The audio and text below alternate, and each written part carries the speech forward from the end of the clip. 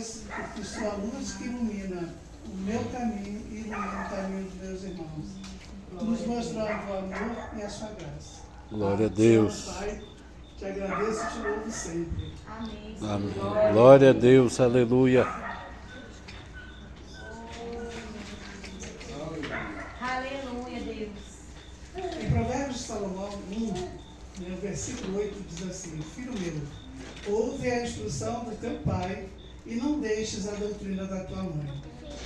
Quando a gente vê esse versículo, né, a gente entende que aqui aprendemos que a instrução dos pais é valiosa, né, tanto o pai quanto a mãe, apesar de hoje ser o dia dos pais.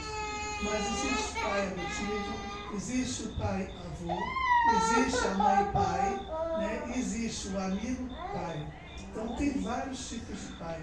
Cada um não se sinta menor nem melhor, né, envergonhado por ter um pai diferente. Mas você tem um pai.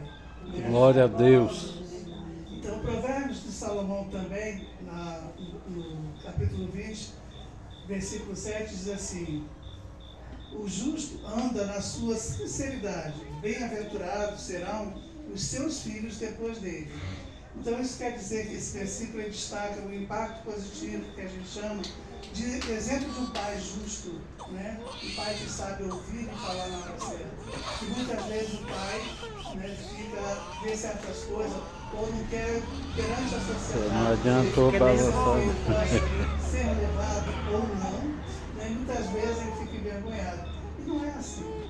A gente bota o filho no mundo, né? A mãe, a maternidade é maravilhosa. O pai, a paternidade também. Então, a responsabilidade de ambos, né? Então, quando a gente fala em sinceridade, é que você seja sincero, porque para ser amigo de um filho, você tem que ser sinceridade, ter essa sinceridade no sentido de, se é para chamar atenção, seja feito chamar atenção. Na hora de dar carinho, dá-se carinho. Tá? Então, a gente tem que saber realmente enxergar e não tentar botar a venda nos olhos. Tá? Depois tem em Provérbios ainda de Salomão 22, o versículo 6 diz assim: instrui o menino no caminho em que deve andar, e até quando envelhecer, não se desviará dele.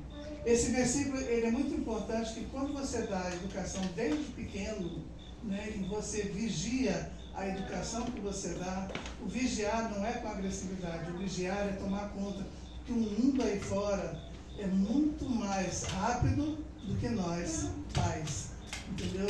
Lá fora a pensão é muito grande.